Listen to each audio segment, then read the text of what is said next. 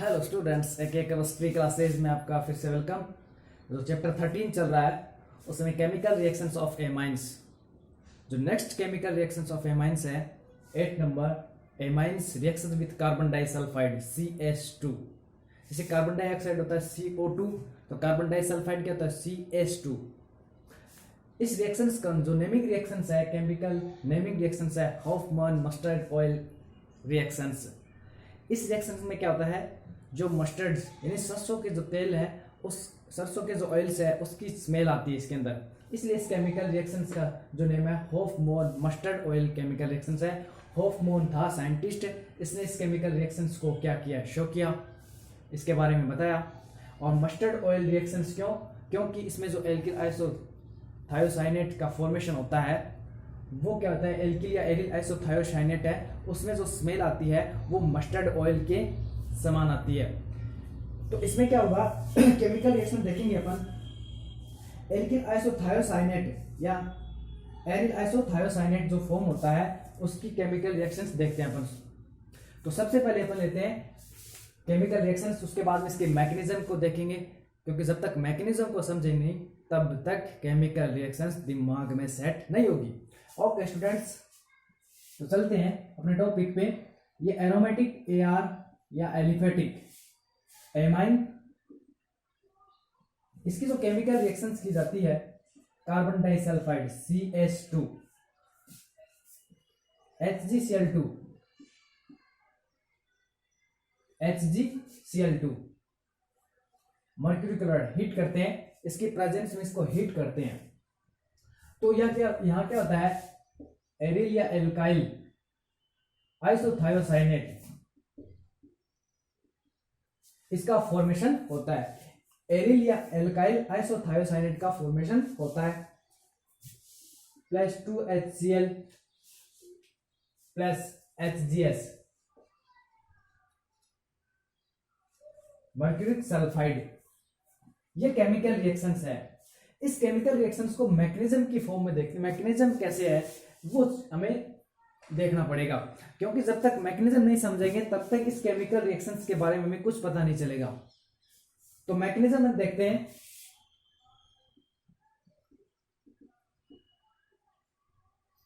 Okay students, तो mechanism में लेते हैं, कोई भी एल्केल या एरिल एमाइंस ले सकते हैं, लाइक मिथाइल एमाइन लेते हैं अपन।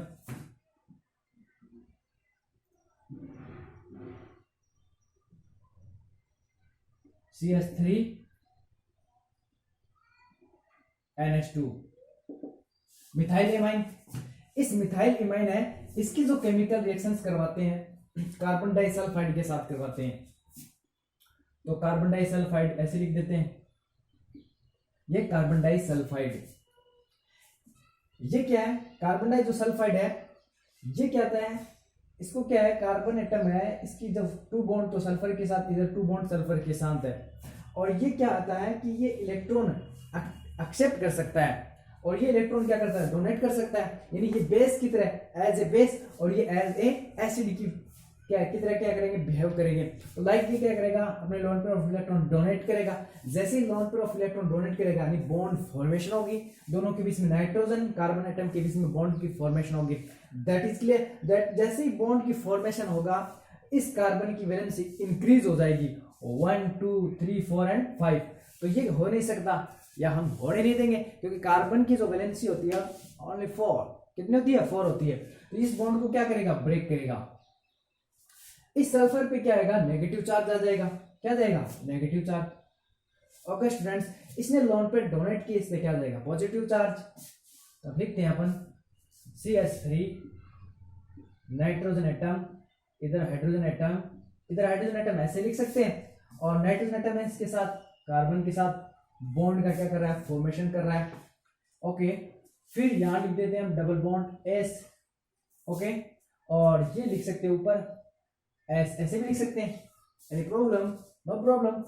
इस पे क्या है, नेगेटिव चार्ज, और इस नाइट्रोजन एटम पे क्या है, पॉजिटिव। 4 बॉन्ड फॉर्मेशन हो रही है एंड लोन पे डोनेट किया है, तो नाइट्रोजन एटम पे पॉजिटिव चार्ज, नो प्रॉब्लम।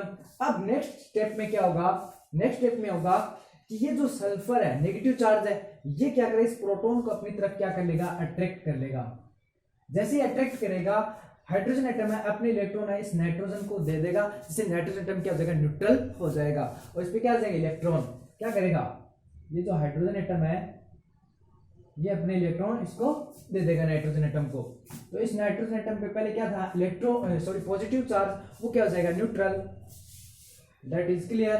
अब देखो हम यहां लिखते हैं इसको, क्या जो फॉर्मेशन हुआ है,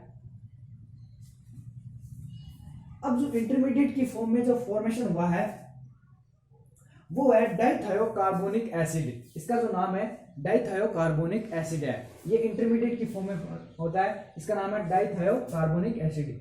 डाइथायोकार्बोनिक एसिड, डाइथायोकार्बोनिक एसिड, ये इंटरमीडिएट की फॉर्म में अपने पास क्या आया, निकल करके आया है। अब क्या हुआ, अपन ने नेक्स्ट स्टेप में देखा कि जैसे ही सल्फर है नेगेटिव चार्जेस H को अपनी तरफ अट्रैक्ट करता है, H अपने इलेक्ट्रॉन नाइट्रोजन एटम को डोनेट कर देता है, जिससे नाइट्रोजन एटम क्या जाता है, न्यूट्रल। तो नाइट्रोजन एटम यहाँ क्या न्यूट्रल, इसके पास क्या आ गए, loan pair of electron. Okay, 1 electron था, इसने इलेक्ट्रॉन डोनेट इसको डोनेट कर दिया, नाइट्रोजन पे क्या गया, लोन पेयर। इधर नाइट्रोजन के पास क्या है, हाइड्रोजन एटम। ओके, या इधर लिख सकते हैं इस लोन पेयर को, लोन पेयर ऑफ इलेक्ट्रॉन इधर लिख दिया, इधर क्या लिख दिया अपने, हाइड्रोजन एटम। ये हाइड्रोजन एटम ऊपर लिख दिया अपने, ये कार्बन। ओके, और यहां क्या आ गया, S पे H चला गए तो S H हो गया, और ये डबल बॉन्ड S, चाहे आप ऐसे लिख सकते हो इसको, सॉरी S ऐसे लिख सकते हो, चाहे नीचे लिख दो, बात एक ही है।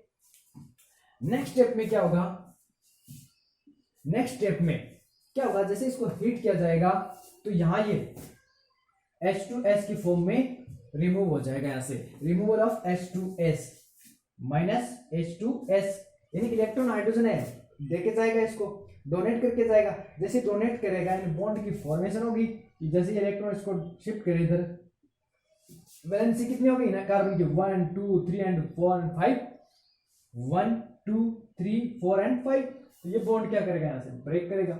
ओके स्टूडेंट्स, तो यहाँ H और SH मिलके H2S की फॉर्म में क्या हो जाएगा, removal of H2S, hydrogen sulphide का क्या होगा, रिमूवल होगा। और यहाँ क्या फॉर्मेशन हो जाएगा, CH3 नाइट्रोजन एटम, फिर यहाँ डबल बॉन्ड, फिर कार्बन, यहाँ सल्फर, मिथाइल आइसोथायोसाइनेट का फॉर्मेशन हो जाएगा। यहाँ क्या फॉर्मेशन हुआ है students, methyl isothiocyanate, methyl isothiocyanate का क्या हो गया, फॉर्मेशन हो गया। ओके स्टूडेंट्स, एरोमेटिक एमाइन भी ले सकते हैं, लाइफ ले सकते हैं, जैसे ये फर्स्ट एग्जांपल हो गया। सेकंड ले सकते हैं अपन एरोमेटिक एमाइन्स ले सकते हैं, तो एरोमेटिक्स एमाइन ले लिए, ये लिया अपन ने एरोमेटिक एमाइन। प्राइमरी एमाइन है, ये भी क्या प्राइमरी एमाइन था, मिथाइल एमाइन था, ये क्या था, मिथाइल, ये मिथाइल एमाइन था। ये कार्बन डाइसल्फाइड, कार्बन डाइसल्फाइड इसका नेम है, लिख सकते हो आप कार्बन डाइसल्फाइड। और ये क्या फॉर्म हुआ है, इंटरमीडिएट डाइथायोकार्बोनिक एसिड। ओके, ये हाइड्रोजन सल्फाइड, इसका नेम लिख सकते हो आप, hydrogen sulphide.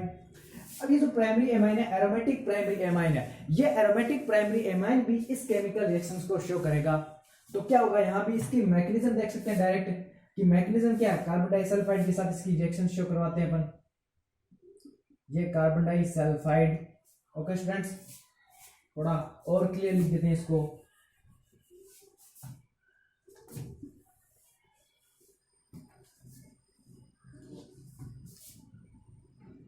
Carbon double bond sulphur, double bond sulphur, carbon disulphide. वो क्या करेगा, इस पे क्या है, इलेक्ट्रॉन डिक्रीज है, इलेक्ट्रॉन जो डेंसिटी है वो क्या डिक्रीज है। इलेक्ट्रॉन की कंपैरिजन में इलेक्ट्रॉन के रिलेटेड हम बात करें तो ये पूरा बेचारा है, इलेक्ट्रॉन चाहिए इसको मांग है, इसकी क्या डिमांड है इलेक्ट्रॉन की एक्सेप्ट करने की, जबकि इसकी मांग क्या है, इलेक्ट्रॉन डोनेट करने की। इसके पास मान लीजिए ऐसे बात करें अपन कि इसके पास लोन पर इलेक्ट्रॉन मतलब बहुत सारा पैसा है, इसके पास बहुत पैसे की कमी है, तो इन दोनों दोस्तों के बीच में एक रिलेशन क्या कर सकते हैं, एज ए बिजनेस भी समझ सकते हैं। दोनों के बीच में बिजनेस यानी बॉन्ड का फॉर्मेशन हो जाएगा। तो ये क्या करेगा, इसको इलेक्ट्रॉन डोनेट करेगा। जैसे इलेक्ट्रॉन डोनेट करेगा इस कार्बन की वैलेंसी इंक्रीज हो जाएगी 1 2 3 4 एंड 5, और ये बॉन्ड को क्या कर लेगा, ब्रेक कर लेगा। तो इस पे क्या आ जाएगा, नेगेटिव चार्ज आ जाएगा। ओके स्टूडेंट्स, तो यहाँ क्या फॉर्मेशन हो गया देखते हैं। ये नाइट्रोजन एटम, यहाँ हाइड्रोजन एटम, यहाँ हाइड्रोजन एटम, और इसने इलेक्ट्रॉन डोनेट किया, मतलब बॉन्ड की फॉर्मेशन की। किसके साथ की, कार्बन के साथ की। ओके, इस कार्बन पे, ओके कार्बन से यहाँ क्या जुड़ा, डबल बॉन्ड के साथ सल्फर जुड़ा हुआ है। अब ऊपर स्पेस नहीं है तो नीचे लिख सकते हैं, एनी प्रॉब्लम, नो प्रॉब्लम। अब देखो यहाँ पहले डबल बॉन्ड था, अब क्या हो गया, सिंगल बॉन्ड, और इस पे क्या आ गया, नेगेटिव चार्ज। नाइट्रोजन ने इलेक्ट्रॉन डोनेट किए, 4 बॉन्ड फॉर्मेशन की, पॉजिटिव चार्ज। सल्फर ने इलेक्ट्रॉन क्या किए, एक्सेप्ट किए, अट्रैक्टिव किए, क्या गया, नेगेटिव चार्ज। अब क्या होगा नेक्स्ट स्टेप में, नेक्स्ट स्टेप में होगा ये सल्फर क्या करेगा, इस पे अटैक करेगा। क्या करेगा, अटैक करेगा। जैसे ही सल्फर अटैक करेगा तो स्टूडेंट्स क्या फॉर्मेशन होगी वो अपन चेक कर लेते हैं अभी। ये सल्फर जैसे इस पे अटैक करेगा, हाइड्रोजन क्या करेगा, इलेक्ट्रॉन नाइट्रोजन को डोनेट करके नाइट्रोजन को क्या कर देगा, न्यूट्रल कर देगा। क्या कर देगा, न्यूट्रल कर देगा। तो देखो अब हमारे पास जो प्रोडक्ट है वो फॉर्मेशन हुआ है ये वाला, फिर नाइट्रोजन। अब देखो नाइट्रोजन बिल्कुल क्या हो गया, न्यूट्रल हो गया, हो गया न्यूट्रल। फिर कार्बन, डबल बॉन्ड क्या है, सल्फर। इस नाइट्रोजन एटम के पास क्या है, हाइड्रोजन एटम। क्या है, हाइड्रोजन एटम। ये वाला नीचे वाला सल्फर, इसके पास क्या है, एस एच। उसको ऊपर लिख सकते हैं अपन, क्या लिख सकते हैं, एस एच। एस पे negative, S S electron donate किया, एस पे क्या, एच पे क्या गया, पॉजिटिव। ये दोनों क्या करेंगे, एस एच यानी बॉन्ड फॉर्मेशन कर लेंगे। और नेक्स्ट स्टेप में क्या होगा स्टूडेंट्स, नेक्स्ट स्टेप में होगा यहां से H2S की फॉर्म में, H2S माइनस H2S की फॉर्म में यहां से क्या हो जाएगा, रिमूव हो जाएगा। और यहां देखो क्या फॉर्मेशन हो जाएगी स्टूडेंट्स, ये अपने पास फॉर्म हो गया फिनाइल रिंग, ये नाइट्रोजन एटम। अब नाइट्रोजन क्यों, ये बॉन्ड बना के जाएगा यहाँ से, तो यहाँ क्या हो जाएगा, डबल बॉन्ड। कैसे, ये H इलेक्ट्रॉन यहाँ शिफ्ट करेगा और ये यहाँ से इलेक्ट्रॉन अपनी तरफ क्या करेगा, अट्रैक्टिव करेगा। तो जैसे ही अट्रैक्टिव करेगा इस नाइट्रोजन और कार्बन एटम के बीच में डबल बॉन्ड की फॉर्मेशन। जैसे ही डबल बॉन्ड की फॉर्मेशन होगी ये वैलेंसी क्या हो जाएगी, इंक्रीज, और वैलेंसी कार्बन की 4 होती है, यहाँ कितनी हो गई, 5। तो बॉन्ड को क्या करेगा, ब्रेक, और नेगेटिव चार्ज किस पे आ जाएगा, एस एच। तो ये H2S की फॉर्म में, H पे पॉजिटिव, SH पे नेगेटिव। H2S हाइड्रोजन सल्फाइड की फॉर्म में रिमूव हो जाएगा, H2S की फॉर्म में क्या हो जाएगा, यहाँ से रिमूव हो जाएगा। ओके स्टूडेंट्स, अब क्या होगा, यहाँ डबल बॉन्ड, फिर कार्बन, फिर डबल बॉन्ड सल्फर। यहाँ क्या था, मिथाइल ग्रुप था, यहाँ क्या था, मिथाइल ग्रुप। तो यहाँ क्या है, फिनाइल ग्रुप है, phenyl iso thiocyanate, phenyl isothiocyanate की फॉर्मेशन हो गई। ओके स्टूडेंट्स, अब जैसे ये बनेगा या फिर ये बनेगा, मिथाइल आइसोथायोसाइनेट बनेगा या फिनाइल आइसोथायोसाइनेट बनेगा, इसमें जो स्मेल आएगी वो आएगी मस्टर्ड ऑयल के समान। मस्टर्ड ऑयल है जो सरसों का जो तेल है उसके समान इसमें क्या आने लग जाएगी, गंध, या बोल सकते हैं स्मेल आने लग जाएगी, जिससे ये कंफर्म हो जाएगा कि ये जो रिएक्शन हुआ है उसको रिएक्शंस है वो कौन सी, हाफ मान मस्टर्ड ऑयल रिएक्शंस है। और इसमें क्या बना, कोई भी एल्काइल आइसोथायोसाइनेट या फिनाइल आइसोथायोसाइनेट का फॉर्मेशन हो जाएगा। ओके स्टूडेंट्स, क्लियर, हाफ मान मस्टर्ड ऑयल रिएक्शंस है। तो जल्दी से इसका स्क्रीनशॉट लो और नेक्स्ट केमिकल रिएक्शंस है वो पढ़ते हैं अपन।